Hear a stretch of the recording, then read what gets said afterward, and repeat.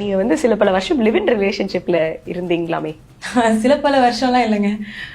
1 year வந்து நாங்க பெரிய டிசிஷன் இல்ல 1 year ஓகே.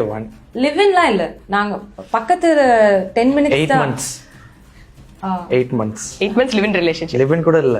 பக்கத்து நான் வருவேன், ஆனா எப்படின்னா நைட்டு தூங்குறதுக்கு மட்டும் வீட்டுக்கு போவேன். ஆமா, இங்கே தான் இருப்பேன், ஃபுல் டைம் இங்கே இருப்பேன். வெளில போவோம், எல்லாம் முடிச்சுட்டு போவோம். நைட்டு தூங்குறதுக்கு மட்டும்தான் நான் வீட்டுக்கே போவேன். அதுக்கப்புறம் காலங்கத்தில் எந்திரிச்சு கொஞ்ச நேரம் கழிச்சு ஒரு 9 மணிக்கு எந்திரிக்கிறேன்னு வச்சுக்கோங்க, ஒரு 10 மணிக்கு கிளம்பி வந்துடுவேன். ஏன்னா அவங்க அப்பா அம்மாவோட இருந்தாங்கல்ல, so there was no way he could. அது மட்டும் இல்லை, சேராகவும் இருந்தாங்க. ஸோ அவங்க புரிஞ்சுக்கணுன்றதுக்காக நாங்கள் அந்த டைம் எடுத்துக்கிட்டோம். நைட்டு இவங்களை வந்து தூங்குற வரைக்கும் வெயிட் பண்ணி தூங்க வச்சுட்டு அதுக்கப்புறம் தான் நான் வீட்டுக்கு கிளம்பி போவேன். எவ்வளவு நாள் இது போகுதுன்னு பார்க்கலாம், அதான் சீக்கிரமா டிவோர்ஸ் ஆயிடும். ஆமா, அப்படியான கமெண்ட்ஸ் வந்து பார்க்க முடியுது.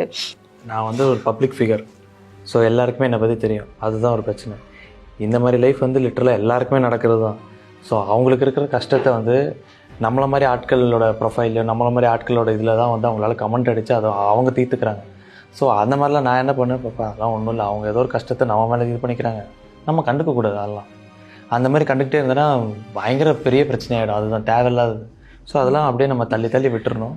ஜஸ்ட் ஒரு கமெண்ட் செக்ஷன் நான் வந்து நிறைய வாட்டி சொல்லிட்டே இருப்பேன். இல்லை, ஃபர்ஸ்ட் எனக்கு ரொம்ப அஃபெக்ட் ஆச்சு, பயங்கரமாக அஃபெக்ட் ஆச்சு. ஆகாமலாம் இல்லை, அஃபெக்ட். ஏன்னா எனக்கு சம்மந்தமே அண்ட் சடனா நான் இன்ஃபேக்ட் நினச்சேன், நம்மளுக்கு கல்யாணம்னா யாருக்கு தெரிய போகுது, லைக் இல்லைன்னா இட் பி 10ல் ஒரு நியூஸாக இருக்கும், மற்றபடி அவ்வளோலாம் ப்ளோ அப் ஆகாதுன்னு தான் நாங்கள் நினச்சோம். பட் அடுத்த நாள் நான் பார்க்குறேன், என் ஃப்ரெண்ட்ஸ் எல்லாம் எனக்கு காமிச்சிட்டே இருக்காங்க, இந்த சேனல் அந்த சேனல் லைக் போட்டு அவ்வளோ காமெண்ட்ஸ். சும்மா ரோட்ல ஏதோ ஒரு டீ கடைக்கு எங்கே போனா ரேண்டமா ஏதோ ப்ரோ எப்படி இருக்கீங்க, உங்க கல்யாணத்தை நான் இப்பதான் டவுன்லோட் பண்ணிருக்கீங்க, கல்யாணத்தை டவுன்லோட் பண்ணி எனக்கு ஒன்றும் புரியல. படம் டவுன்லோட் பண்ணி கேள்விப்பட்டிருக்கேன், கல்யாணம் டவுன்லோட் பண்ணி ஆமா குடும்பத்தோட நாங்க பாக்குறோம்.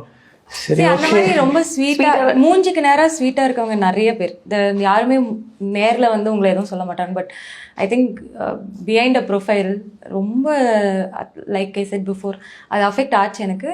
சரி, இந்த ரிலேஷன்ஷிப் இந்த மீன் டைம்ல வந்து ஏதாவது சண்டைகள் பிரச்சனைகள் வரும்போது இல்ல செட் ஆகாது, பிரேக்கப் பண்ணிக்கலாம் அப்படிங்கிற கான்வர்சேஷன் வந்திருக்கா? உண்மையே சொல்லணும்.